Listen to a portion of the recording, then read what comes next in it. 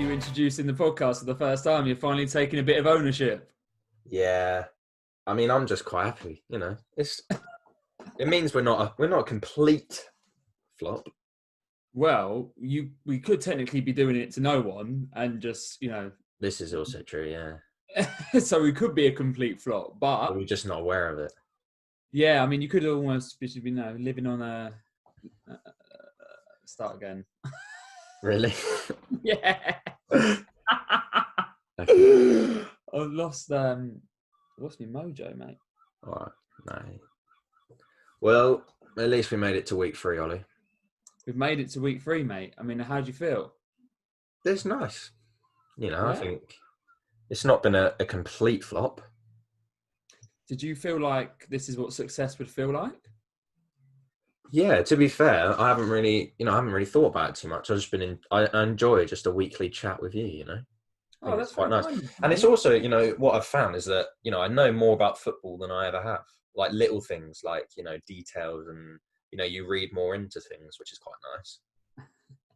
Yeah, well, I think, the aim of this is to inform people. So I think we're doing an okay job at that so far. I mean, I'd agree. Have you had a nice weekend? It's been quite pleasant. I finished uni this week, so Congratulations. Yeah, it's nice.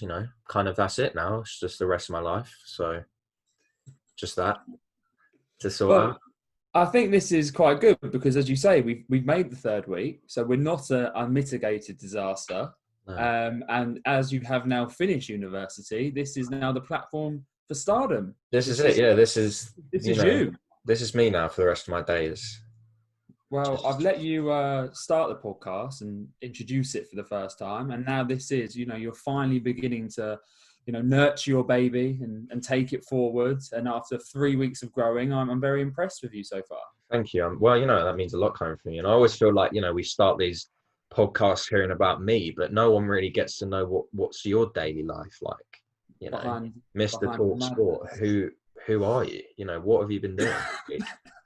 I like it's like a Piers Morgan where he sits down with some sort of celebrity. Yeah. What's it called? The life story. Oh no, I think it is like there's so many different variations. At work, it's like My Sporting Life and stuff. Yeah, life stories. You've been renovating your home, painting. Yeah, I think I've actually recorded this podcast in the same seat for each 3 weeks, but the backdrop has been different each time. So it's just slowly changing. But yeah, no, we're there, mate. I don't know if you've ever tried this, but have you ever painted a ceiling before?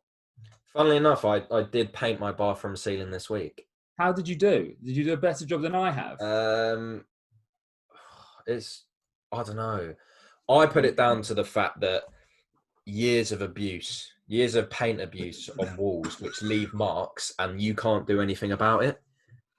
Yeah. So, I mean, it's a tough job. Do you know what I mean? Like all those painters and decorators out there, you do a grand job because it is tough. I think that's the thing I've discovered is that I wonder how well painters and decorators do, because it's the one job, I think anyway, that you think I can do that. Yeah. So if I was going to I've just had our friend Daniel Hewitt. He has just built a coat rack, which he calls a wardrobe. But I would never try and do that, yeah. But I've tried to paint my ceiling, and after going over it twice, I need to do it again, and I'm not really feeling that. Do you know what I mean? It's one of those things. You always need multiple coats. That's the problem. Yeah, I know. And it takes ages. And you get through the first one, and you think, oh, decent. And you look up, and it's like, oh fuck, that's gonna need another coat. And then it's like, oh, I've got to spend even more time doing it now. Oh, it's. I think it's the most time-consuming thing that you can possibly do. Yeah. But I'm happy that you've asked me, and I'm happy I've given you this answer because it's confirmed my life really is as boring as you probably thought it was. And we have just discussed painting ceilings for the last few minutes. So if anyone is still listening to us or watching us, I do appreciate it. Maybe you can, text us, or I think it's tweet, isn't it? I think text is. Well, then they might text. Text us. Oh wait, 717. No, I mean, there might be a lot of people going through home Which is what I'm renovations. saying. It's, we're coming out of lockdown now. I know that, lots of people have ended up, doing something to their house. So if For you'd sure. like to share your stories, you're more than welcome to. Absolutely. I think it's vital that we get our community brought together Exactly. from a decorating standpoint. Exactly that. We're not just creating a mouthpiece for a bit of football chat. It's about everything. Sure. We need to cater to our audience as well. So exactly, it's exactly that. And I think today will be nice. We're not just talking about the Premier League, which is nice. We're not at all, even nearly. Yeah, I mean, we're kind of done with that. I mean, once again, there's been no new confirmed cases with coronavirus. So that's pretty much all systems go for the 17th of June. Obviously, we've now seen the fixture list. One thing I will say on that, I was very surprised that it's not going to be 92 individual games. Well, it's probably not that surprising because I think that would have been a bit excessive. Yeah, it makes sense. Yeah, but there's still, lots on TV. I mean, I'm surprised there is going to be, like, on a Tuesday, 4 games on at 6 o'clock, because I'm not quite sure. I don't know what the split is, but how people are going to be able to watch that and stuff like that. Multi-screen. I think people will try and do it, certainly, if you can get 4 on the go at one time. I mean, it's like a challenge, isn't it? It's like, can you take us on at what we've proposed? But that's about it, really. So we are looking at, it's the EFL, but also non-league as well. I mean, we called ourselves the Step 9 podcast in homage to the lower leagues, to non-league. Indeed. So really, it's about time that we do kind of address this. At least slightly, yeah. It makes sense, doesn't it? Yeah. Well, the main thing to say is that it seems as though it's just going to be the Championship which returns. It's going to be on the 20th of June, and that's when the Premier League starts getting going properly. Obviously, it starts on the 17th, but that's with a couple of midweek games. They announced this, I think, last week, just after we'd finished recording, but to quite a big backlash. And I was very surprised by that. QPR came out. Yeah. Lee Hoos is his name, is the chief executive officer there. And he basically said, look, we're not ready for this. And it's no surprise. What is this? It's the 7th of June. And they're going to be starting not next weekend, the weekend after, and they've only just got back to training. It's not right, is it? Yeah, I mean, they were very strong comments from QPR especially, and I think we alluded to it a couple of weeks ago, and you said last week about the injury rates, and I heard again on the radio today that the Bundesliga injury rates are up about 200%, 225%, I think. Yeah, crazy. Which is crazy, and it isn't. You can't prepare to get back to playing at that level in 2 weeks. A lot of the clubs haven't even come back to full training. It isn't right, and it's not feasible because it's just pushing bodies to pass their limit, in my opinion, from a kind of physical perspective.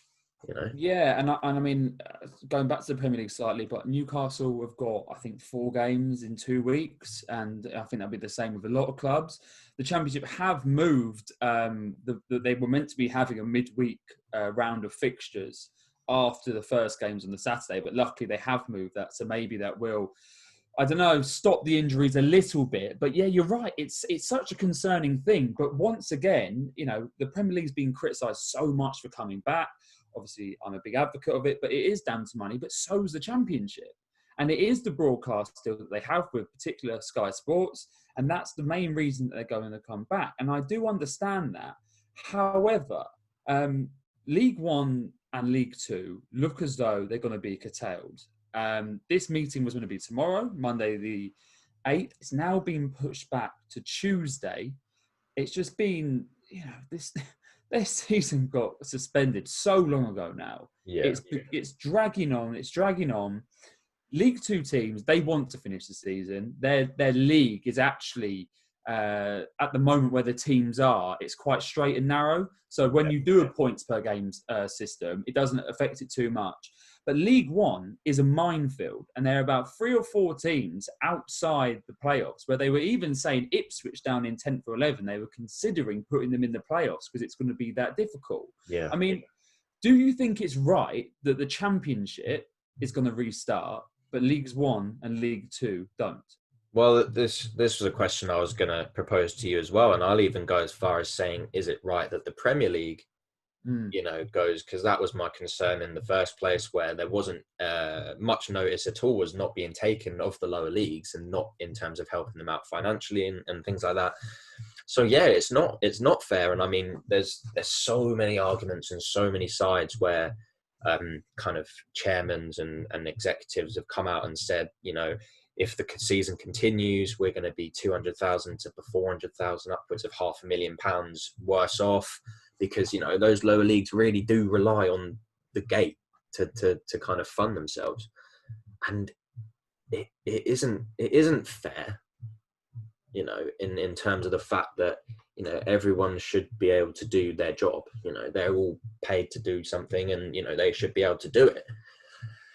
But the financial element, especially down in League Two, it's just it is so much more complex than it is in say even the Championship. And I think I saw already now, before coronavirus, there was 5 teams or so that were already at risk of on the brink of going bankrupt or whatever. And this could be what pushes them over the edge. It is, but that's the main thing for me, and that's why I can understand why they are getting the Championship season done as soon as they can, and obviously curtailing the other leagues, is because they need it to get done, because they need to try and start it as soon as they possibly can. Now, we talk a lot about a second wave being an eventuality, but they can't plan for that. Because if they were to plan for that happening, say it comes around in October or November, that would literally decimate the lower leagues. So they've got to plan of a best case scenario. They've got to be realistic, but they've got to think about a best case scenario, where some people are saying by August or September, we could pretty much be back to normal life. Now, these clubs have got a plan. They've been told that there'll be no more fans for 2020. Okay. And if the second wave happens, that wouldn't be until possibly, I don't know, halfway through 2021. But if they say that they're going to have fans back from the 1st of January 2021, then they can plan for that. And it's going to literally be the difference between the club staying alive or not. Because if they can finish this season now, then the next season will start in around September time. That's what they penciled in. And then you'll still get half of your gate receipts the following season. You also get money for finishing the season, because obviously, you get it in the Premier League. Each specific place that you finish in, you get X amount of extra money. And it's the same in the lower leagues as well. Now, these clubs are going to need every single inch of money they can possibly draw upon. The biggest thing that I'm concerned about, and we mentioned this, I certainly mentioned it in one of the earlier podcasts, is that there needs to be a little bit of a reform where the Premier League gives more money to the EFL. But I've seen that this is not going to happen at the moment. It has not been spoken about. Yeah. And while I'm seeing Timo Werner being, apparently joining Chelsea for 50 odd million, and there's lots of transfer talk at the moment, I've just seen Batshuayi is apparently Chelsea holding out for 40 million for him. So my biggest concern is that I thought this would be the wake-up call for the Premier League to give money to the lower leagues. And we're going to have more of a pyramid, because we're going to get onto wage caps in a second and why I don't think that will work. But I'm genuinely worried that the Premier League is just going to use this as even more of a way to take and separate itself from the lower leagues. Yeah, which is catastrophic, and it's just not really right either. It's the Football League is such a big part of the heritage and the culture of football in this country, and I've not always followed it as much as others, but there's when it comes to like the end of the season and it's the playoffs, and it's big things for these teams, and with the FA Cup, and you've got teams having runs in the FA Cup, and it's just like it has to be looked after. And I've said it the whole time that for me was more important than getting back to playing as soon as possible. And it is there's already, obviously we lost Bury, Bolton were deducted points already this season. Both Macclesfield and Southend were fined for not paying wages on time. The financial troubles in the lower leagues are, they've been there for a long time. And, it is definitely time that they were addressed, and it kind of the whole structure of it. And even down into the National League, where most of those teams are full-time anyway these days. So it's essentially a fifth division. Yeah. it needs to be structured better. Like you said, there needs to be some sort of, restructuring to help out in those lower divisions. Yeah, I mean, we should be proud of the fact that we've almost got 5 professional leagues. And, I think that's not unprecedented across Europe, really. But talking about the money side of it, look, quite clearly something needs to be done. It's really simple, because the way things are going, we're seeing clubs just falling out of existence. And they're big clubs like Bolton. Like, I know they haven't yet, but they're on the brink. They're growing up. Mid-2000s, Bolton were a solid Premier League club. Horrible. Sam Allardyce had them finishing 5th and 6th, and they were a good team. And that's what worries me, is that there's such a disparity. But I don't think wage caps are going to solve anything. Now, I can't remember the exact figures they were saying for Leagues 1 and 2. I think it was like 2 million and 1.5. Well, but like a week, I think it's right. Like $2,000 a week, and I think 1,200, and I'm pretty sure that 1,200 for League 2, and I'm pretty sure that is the average salary, at that league. But Championship, they're saying 6,000 to cap it at. Now, if you're a team and you get promoted, you're going to lose all of your players as soon as you get relegated again, because their money's going to go up. And it's going to be more in line with the Premier League. And you go down to the Championship, and then, you're going to lose your whole team every year, because they'll be able to get money elsewhere. And the only way it would work is if there was like a wage cap in every single league, which was the same. But that's never going to happen, because teams do have more money in England compared to the equivalent team in France. And then even if we all did it in Europe, there would just be the Chinese league, or there'd be another startup league. There, Saudi Arabia, for example, could put loads of money into their league. So I don't know what you think. Is there a type of solution that you think that we can kind of work towards? Well, in theory, I mean, wage caps would make some sort of sense, and it's, they're still earning way more than enough, than the average person who is earning. But yeah, it would just be too complicated, because with the teams coming up and coming down, and that money, if it changes so significantly, if you're going to start losing out on £4,000-5,000 a week from dropping down a league, I mean, we've already seen from Charlton, with what's happened there, with Lyle Taylor, that is his name, isn't it? Yeah, it is. Yeah. It's interesting, because that kind of ties in with the whole wages thing, where he is now refusing to play, because not even because of the virus, but because he doesn't want to risk the injury so that he can get a move in the summer because his contract's out.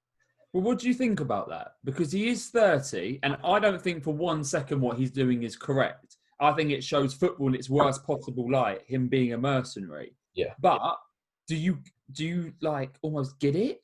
He's 30, and I do get that it. Last big move. And I understand his contract's up at the end of this month.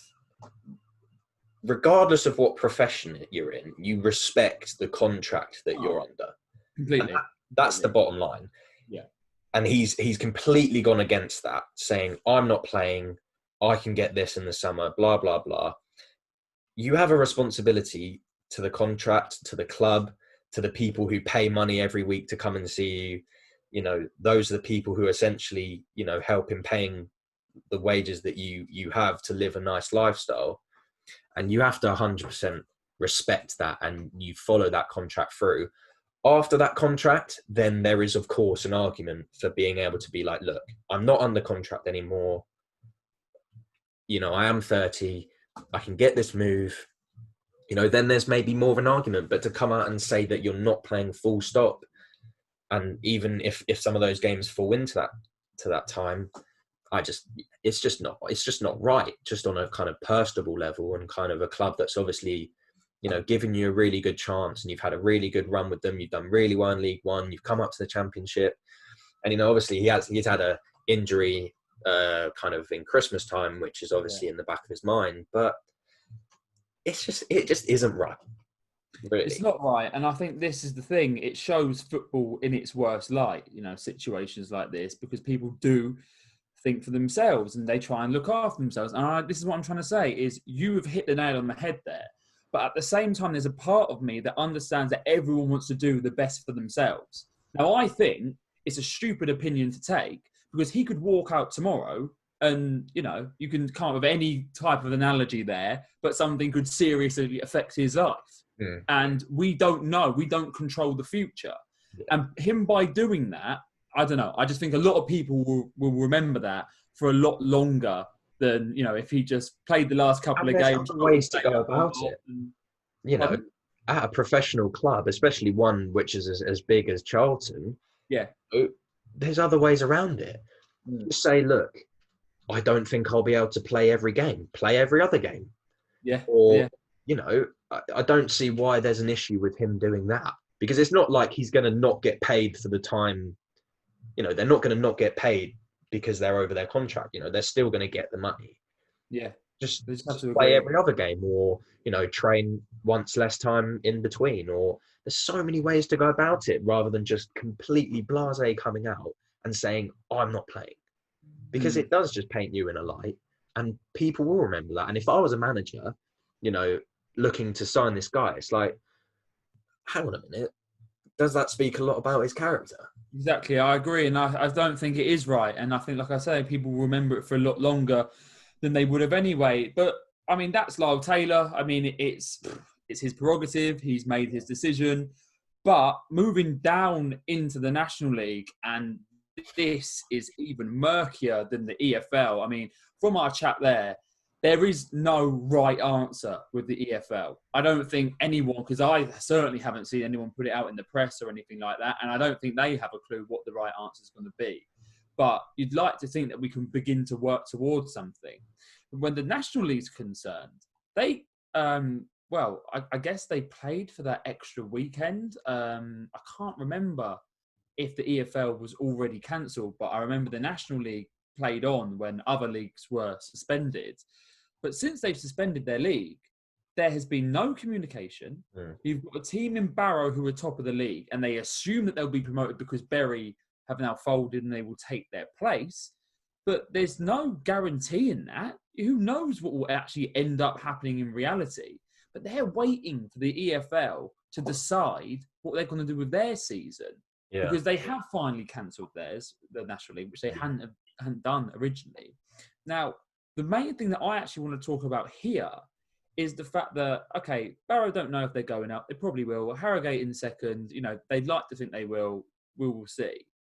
In the National League South and North, no one can get relegated because that's step 2. Step 3 and below cancelled their seasons and declared them null and void back in March.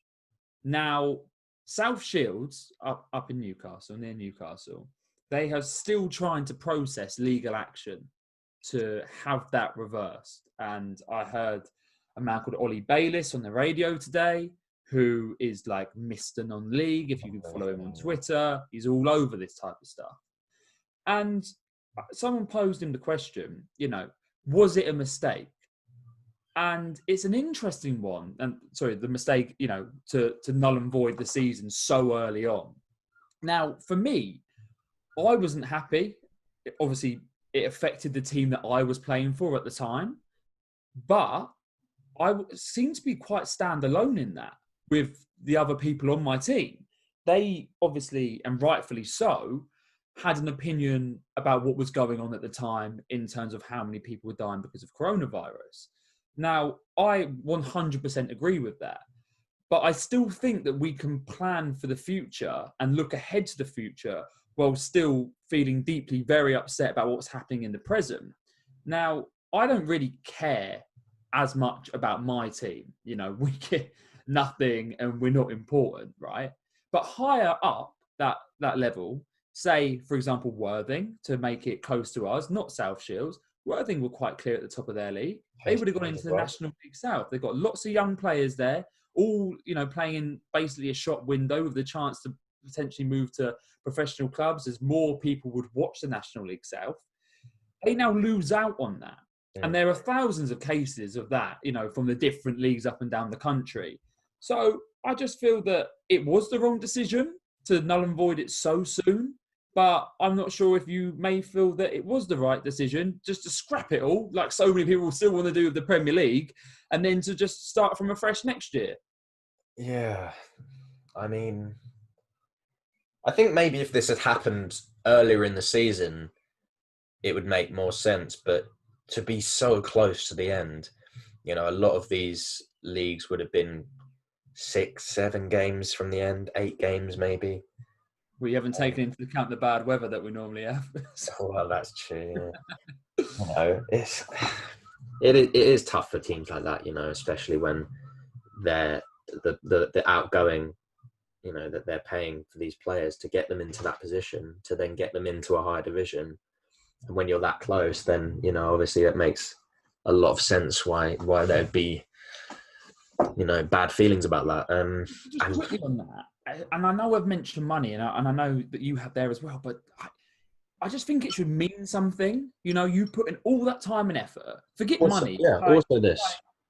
You've put in all that effort. You're traveling around the country, even further the higher up you play, and I just feel there should be some sort of reward for that.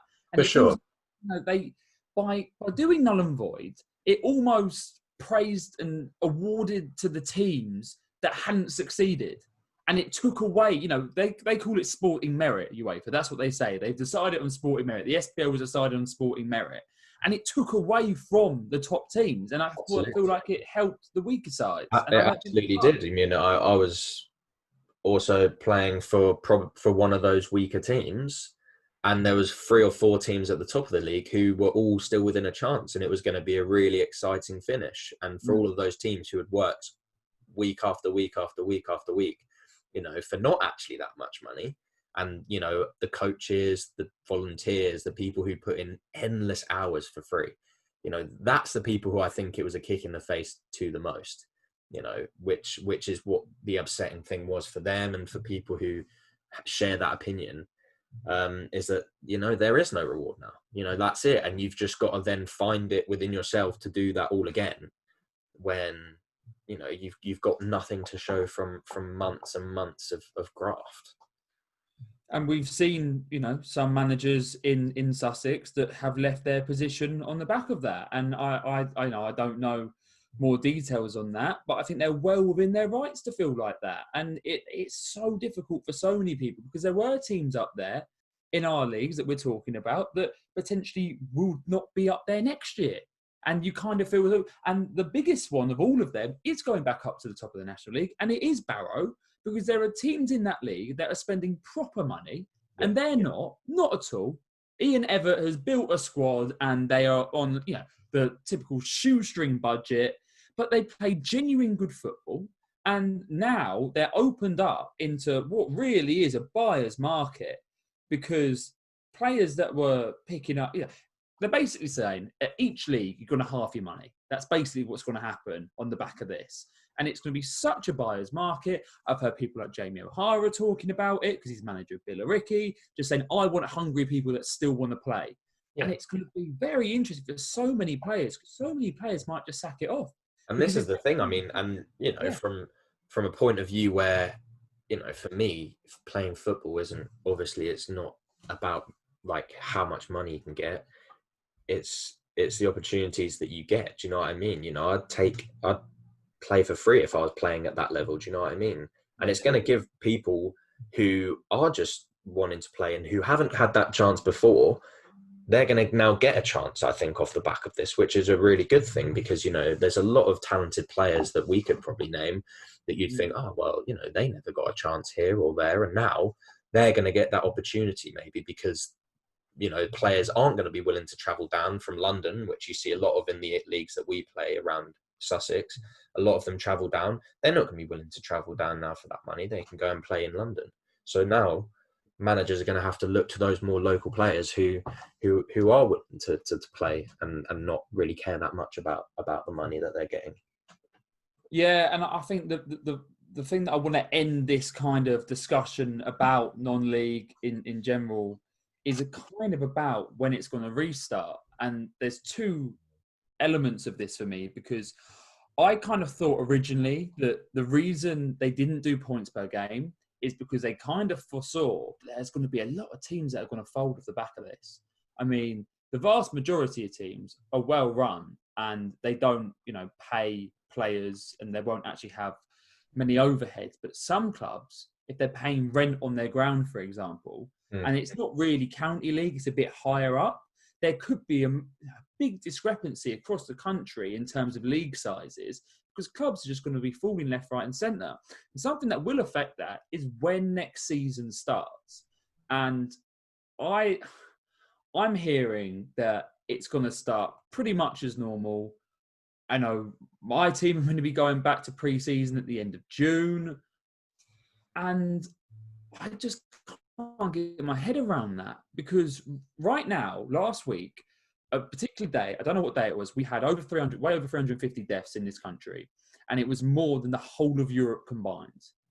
For this to work, there's going to be no testing. We talk about the Premier League for a long time. And the best thing about it is because there is going to be testing twice a week. We spoke about it in depth last week. And it's the main reason that I'm happy with this league going on. But at my level, our level, most people that listen to this podcast level, I don't understand how we're going to be able to go back to playing football.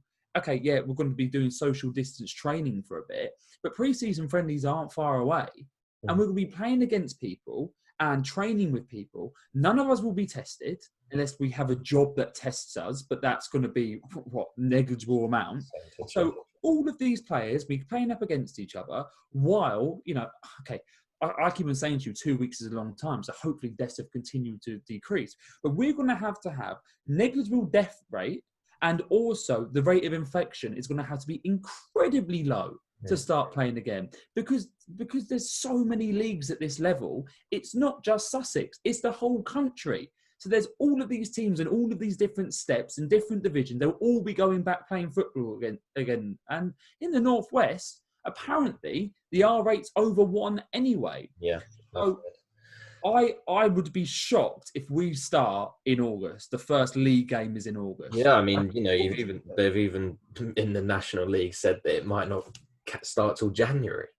And I'm happy that you've brought that up because I'm so surprised that has just fallen by the wayside. Because for me, we're going to have to start in line with that.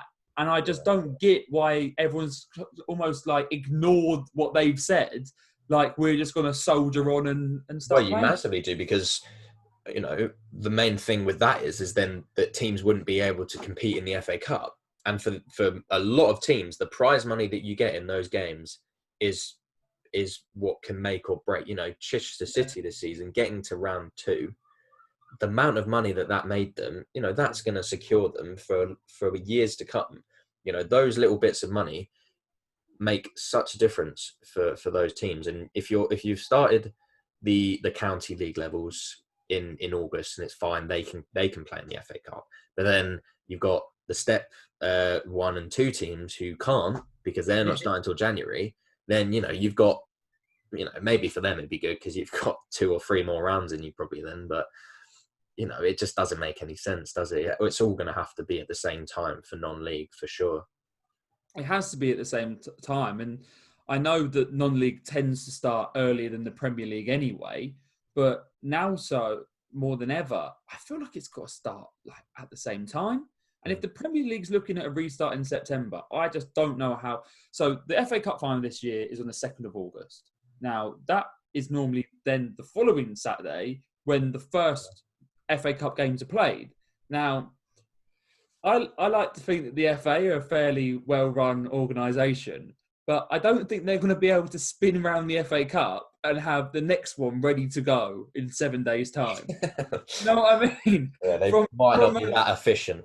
Yeah, from dealings with them in the past, and I wouldn't expect any organisation really to be able to plan that properly. Yeah. So it makes sense that it starts in the same line that it does a week before everything else starts. That's usually the first qualifying game. So if that's in September and we have to have another year, and then meanwhile plan to then get next season in place, it back in line with what it should be. Obviously, we've got to think about the European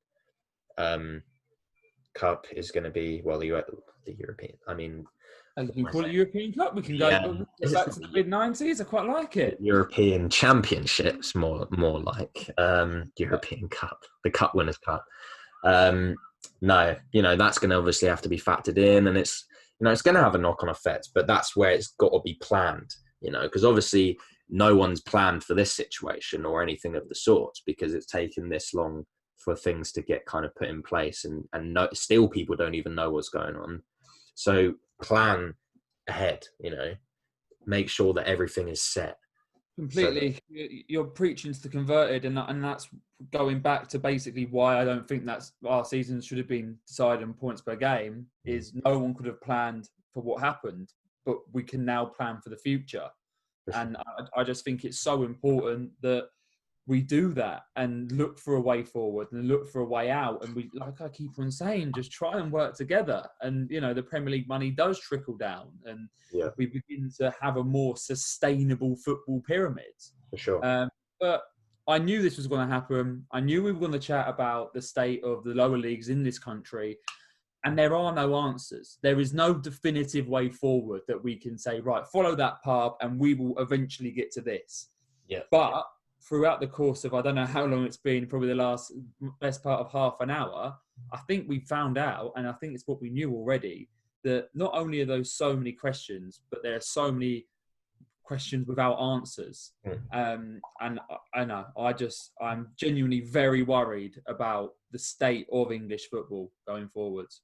I think that's a fair point to leave it on, because I completely agree. And I think said it all along that needed to be the priority.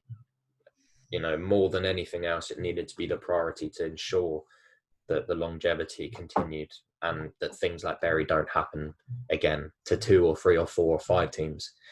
I think that's going to be the biggest disaster if things like that did happen on the back of this, when it could easily have been avoided, because we know how much money there is in the Premier League. We know how much money is generated, and it's endless wealth.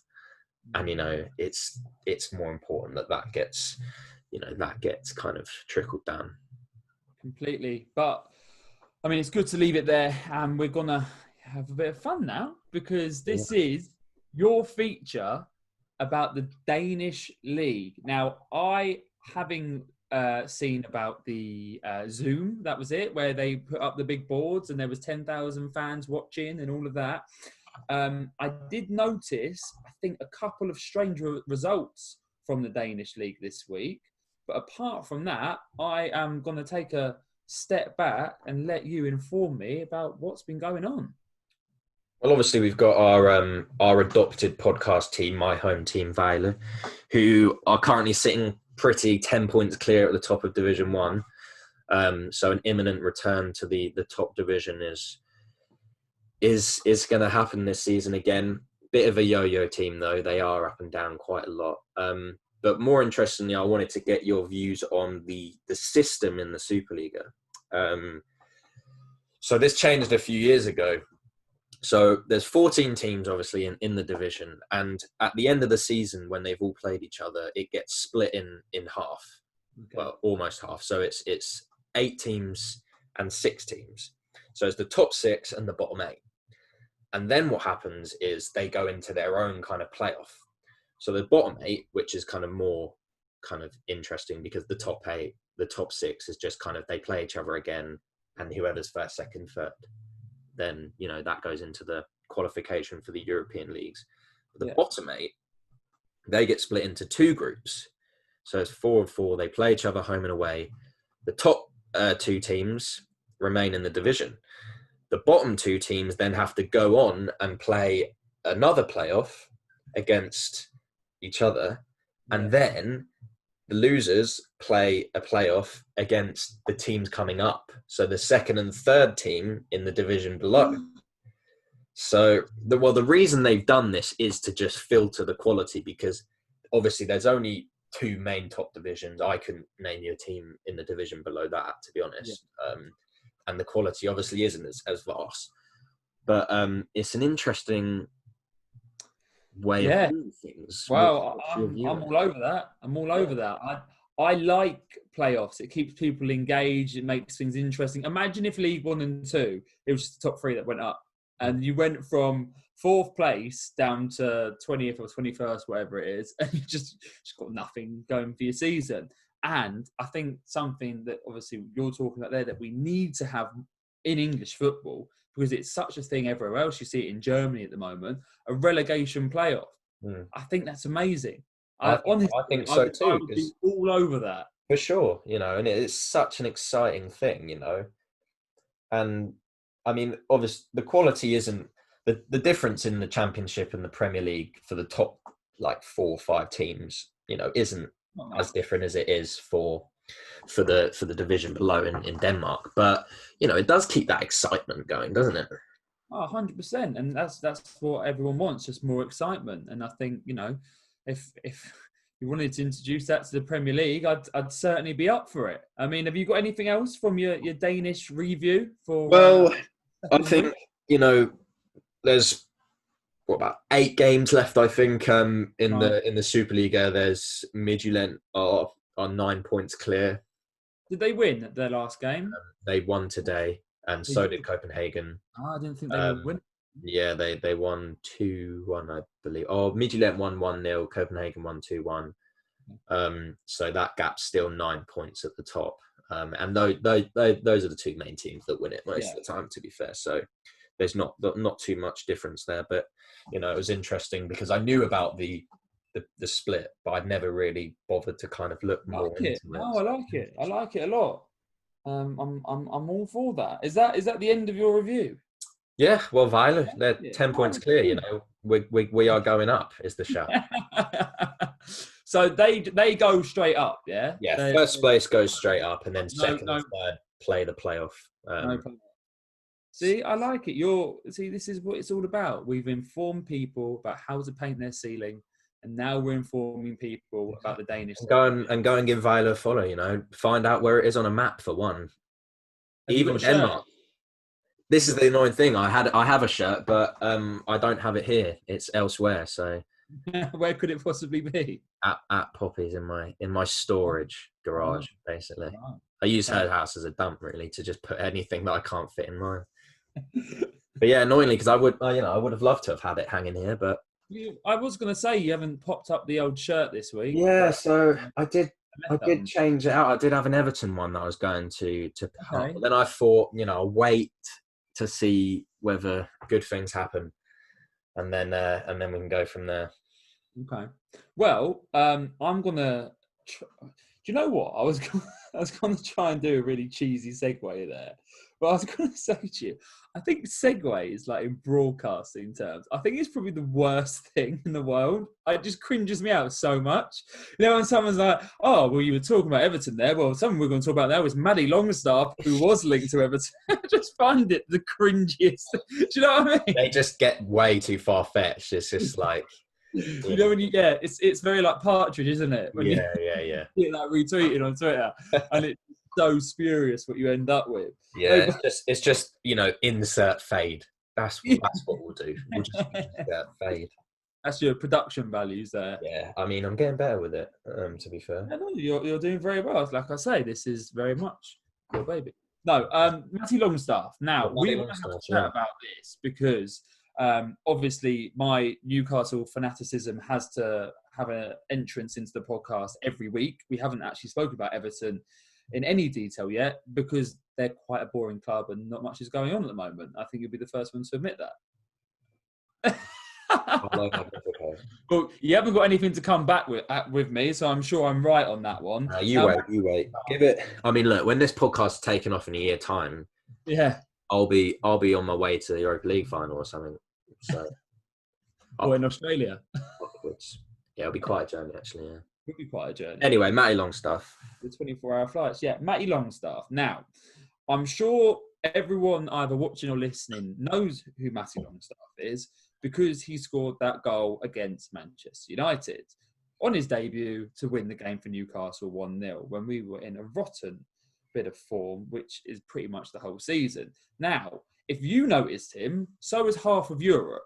And the fact that he's on £850 a week was not ignored.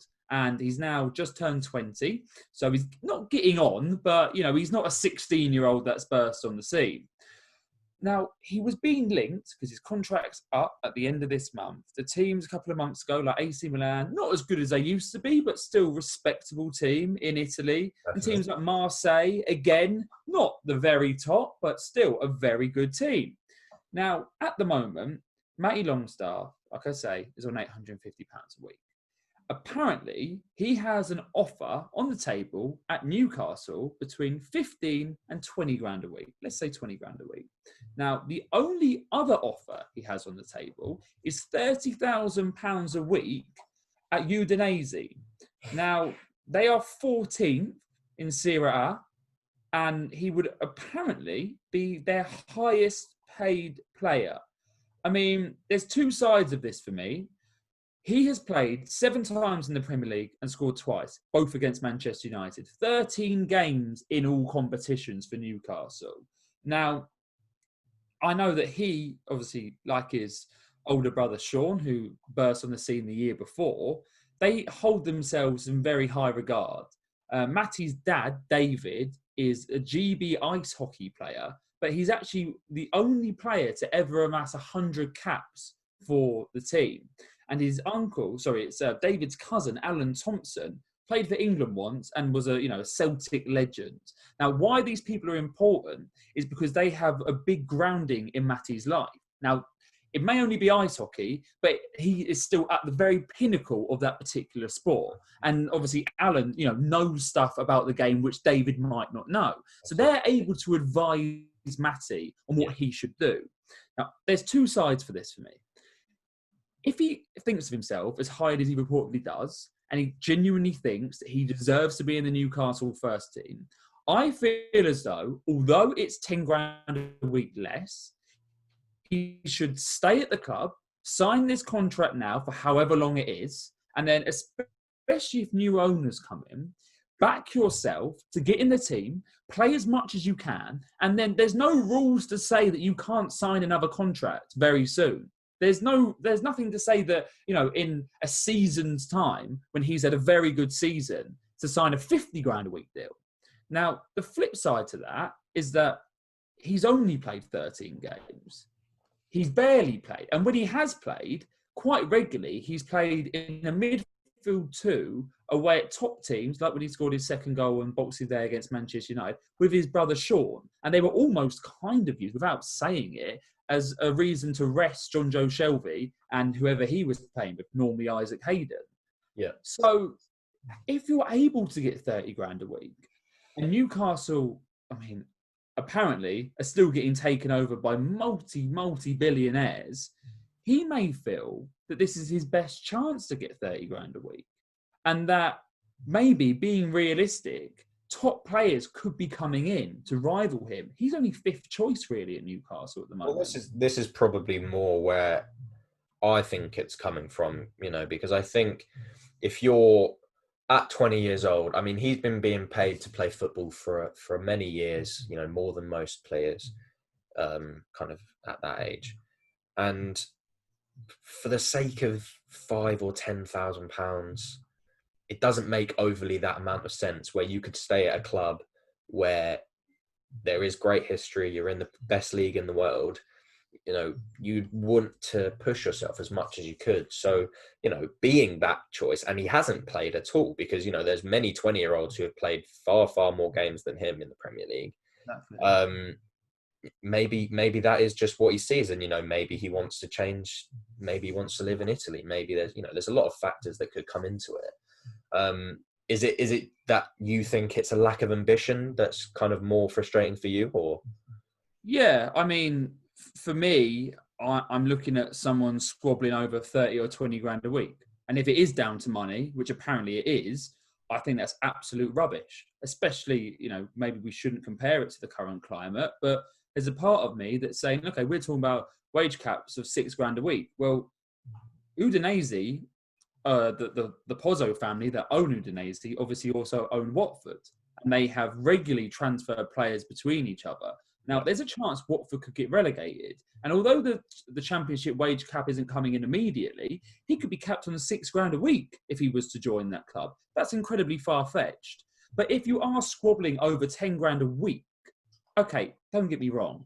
If you're living in those circles, that's a lot of money. You know, you're adding on 520 extra grand a year. I get that. Yeah. But the thing is, for me, is if you get to stay at your boyhood club, £10,000 a week should be well worth it. And as I've already said, there's nothing to say that you can't earn a lot more than that in the future. Exactly. So I don't think moving to Udinese, who are 14th in Serie A, or Watford, who are obviously below Newcastle, and I'm not trying to be big-headed here as a Newcastle fan. I'd like to hopefully think Newcastle, take over or not, are still a bigger club with more potential.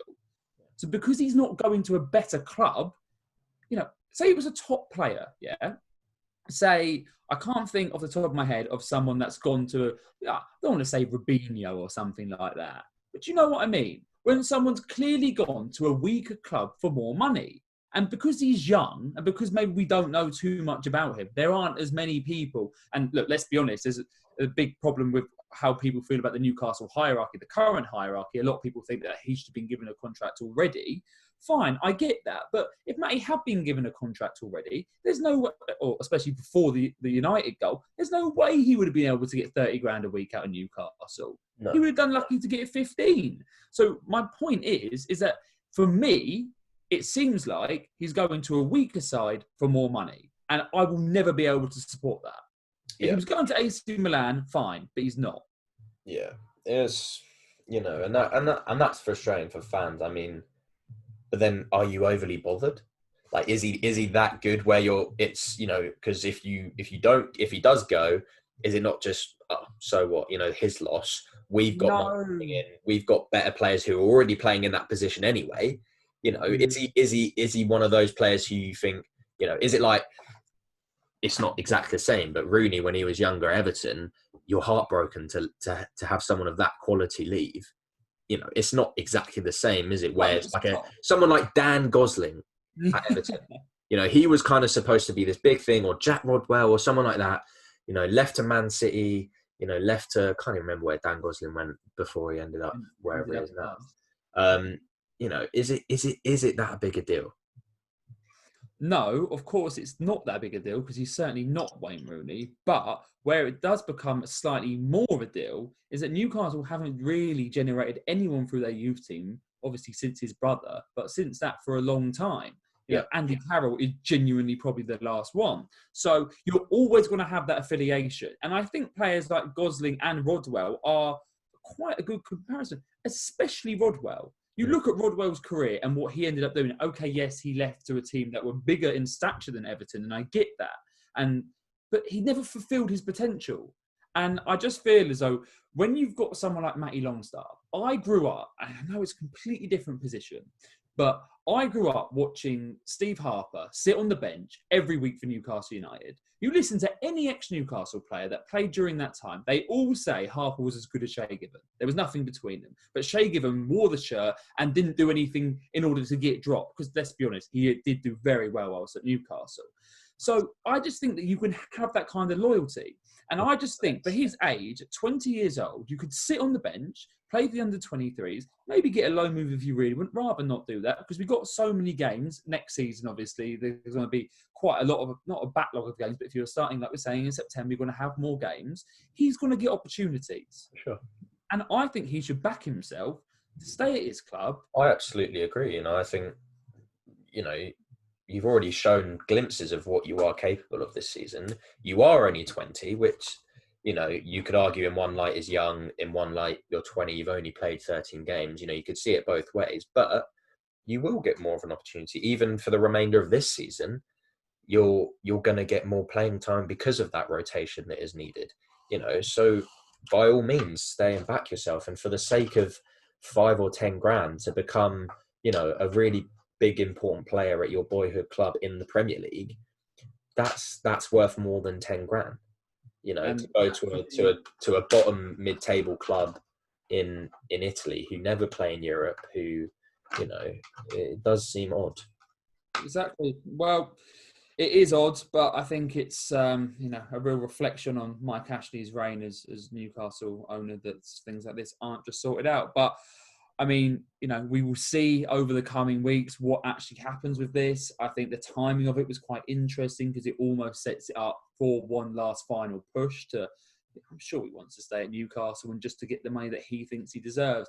We will see with that one. Now, this is a segue because we're also talking about money where it comes to someone in Gareth Bale. Now, we've kind of gone for a couple of debate topics here. We've done the Matty Longstaff one, and I was, intrigued to hear your thoughts on this.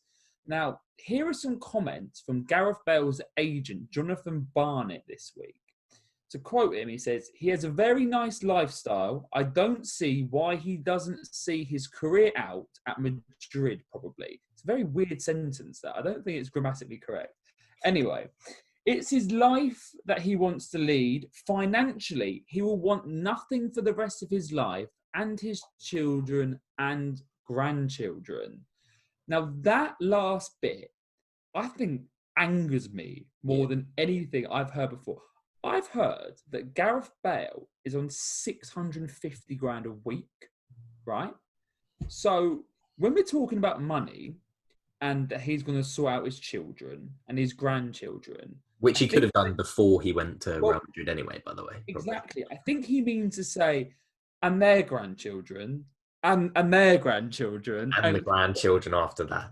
You know what I mean? This guy, right, he earns an exponential amount of money. He's been at Real Madrid since 2013, okay? And let's be honest here, he has done well. I'm not going to say very well, but he has won everything you can possibly win, and you've got to respect that. And scored big goals. Exactly. That goal in the Champions League is actually my favourite goal of all time for the occasion that it was at. Probably is the best Champions League goal. But anyway, yeah. I think so. But look, he turns 31 this summer, okay? He's only ever played 30 league games while being at Madrid once, and that was in his second season. When he was at Spurs, the last 3 seasons, he's played over 30 league games there. So he consistently picks up injuries, okay? But the biggest thing for me, even though the fact that he's never scored over 20 league goals for Madrid, is his fascination with golf. Now, so many footballers love playing golf. And I get that. It's a way to pass the time. Just look at John Joe Shelby at Newcastle, who plays about 3 or 4 times a week. So I'm not criticising him for that. But it's his fascination with it. That flag, when it's something to do, the order that he put it, Wales, Golf, Madrid or something like that. Now, he's played on it so much. He nearly joined China, a Chinese team last year, obviously purely for the money. But I think the thing that annoys me so much about this is that, as his agents just said there, it's all about money for him. He's basically just said that. And that hurts when you see someone like Gareth Bale, who progressed from being a championship player at Southampton, genuinely impressing, but struggling when he moved to Spurs, had an awful record at the beginning, lost over 30 games, or didn't win over 30 games in a row in which he started, or even if he played, so Redknapp had to bring him off the bench in the last minutes just to get him a win under his belt. And then you saw him grow from a left back, this skinny kid, to an athlete playing on the wing, scoring that hat-trick away at Inter Milan, then dominating, playing as a number 10, scoring 21 goals in that league season that got him the move to Madrid. And you could see on his face, he loved football, he loved the limelight, he loved being such an important player. And now I see someone that doesn't care. All he cares about is his paycheck. He'll play golf, he'll badmouth Madrid at every possible opportunity. But then when it comes to potentially moving to the Premier League, doesn't want to go. Why not? Because he wouldn't get enough money. It's true. And the first thing is that Gareth Bale is actually a really, really nice guy. Do you know him? Do you know him personally? Do you? Like, from the time I've spent with him, playing golf, he's a lovely guy. No, but from interviews and, you can just see that he is a nice guy, and I think where this has come from is because of Real Madrid fans. And for me, they are some of the weirdest fans in the world. Oh, yeah. And also, you've got to remember that Ronaldo was there the whole time. And, they're similar positions. They're similar type of players, very powerful, very strong, very quick. there isn't space for two Ronaldos in a team. And Ronaldo would probably have made sure that everyone knew that. I'm sure. I don't know what he's like in the dressing room, obviously. You don't know him personally? Don't know him personally. No, I haven't crossed circles with him yet. Okay. But it's really difficult. And he said in this interview that I saw with him the other day, where he played golf with someone and they filmed it. You know, and he said it is all about just numbers at Real Madrid and figures. And, you know, he could play really well, but not score. And, you know, fans would be booing him and jeering him. And you've seen over years that he has had constant stick from Real Madrid fans throughout his time there, considering what he has done. He's won 12 titles with them. You know, he's won 4 La Ligas, he's won the Champions League, he scored massive goals. You know, the Copa del Rey final one where he scored against Barcelona. You know, he scored some great goals, some important goals. And, you know, for someone who is actually just generally a nice guy, I think, to go into that environment and face that backlash when actually you've done nothing wrong, considering you've had to live in the shadow of Ronaldo, I think it's really unfair. And the reason he's done that now is because he thinks, well, do you know what? Fine. If that's how you want to treat me, I'm happy to play my golf, live in Madrid, which is lovely. Why wouldn't you? And, you know, to be honest, I don't blame him. I find it kind of funny, you know, when he takes pictures in training of him playing air golf or whatever. And I think, you know, I understand both sides, but for me, I understand where he's coming from and the frustration he must feel considering what he has achieved. But see, there you've rightly addressed the golf element of it. But this man is a footballer. He's not a golfer. And like I said, you could have your hobby. You can play it 3 or 4 times a week. I don't care. But what you just spoke about there is that how he's, you know, as we well know, he's been vilified by the Madrid fans.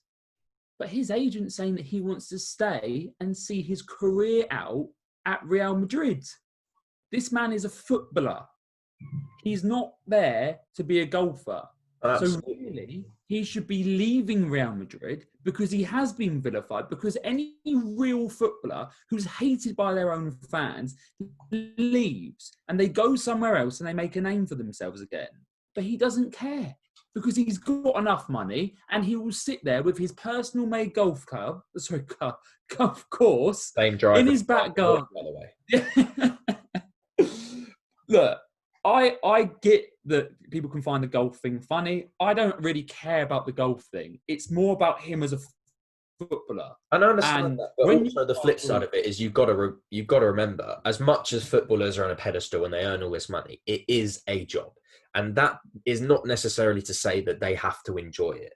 You know, it just might happen that Gareth Bale, you know, played football, he was really good at it, you know, and then got this move and, you know, it's not what he enjoys the most. He would rather play golf, but it just happens that he's really, really good at football, so earns this money. But if he goes to a Premier League club, he's still going to get 200 grand a week or whatnot. Golf courses aren't as nice, Ollie.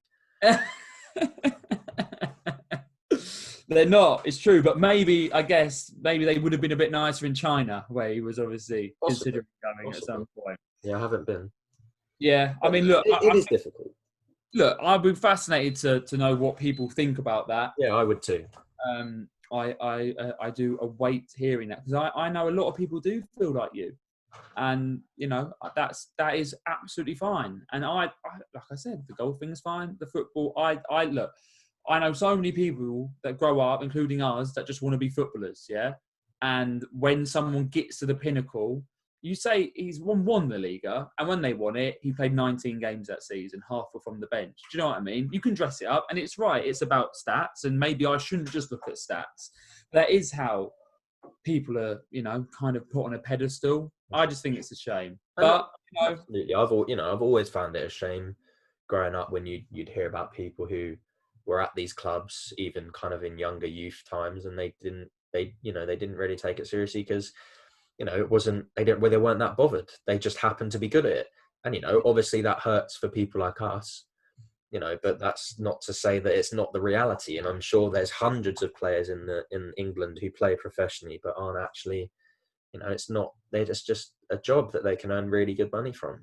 Yeah, no, I completely agree. And to be fair, he has made good money and he has won things that we could only dream of winning. So, who am I to tell him what to I do? think we probably should. We can, We've got some games to play, but they can always wait. I mean, it's anytime. a nice chat about Yeah, no, for sure. And important things. But no, genuinely, I would like, because we are, again, really grateful for everyone that has been listening and watching and interacting. I genuinely am consistently surprised by that, because even if I listen to something, it's very rare that I will then message someone about it. Whether maybe, if it's on Instagram, I might give them a like or something if it's like that. But yeah, I don't really tend to do that. So I genuinely very appreciative of everyone that has got in touch. I think with what's going on, football coming back, we're going to end up going to a week, just having a bit more of a chat. And if anyone has actually managed to make it this far, I salute you, basically, because it's absolutely. And we a long one. Yeah, and we look forward to the next one, and hopefully, we're trying to figure out a way that we can get more people involved. I think because there's been quite a lot of people who are keen to voice their opinion, and I think we can definitely figure out a way that can happen, because we'd be interested to, a lot of our mates, we know that they'll have some good opinions and some good stories that they can tell. So hopefully we can figure that out. Exactly that, and especially if we do move to 2, then there's going to be more scope, so we don't end up talking for about an hour and a half like we have now. But that's a lovely way to leave it, and we'll be back at the same time next week. We're getting quite good for when we upload, so I think it's Monday morning, isn't it? We'll have it out. It is. It should. There we go. Right, we'll see you next week. Catch you soon. Lovely.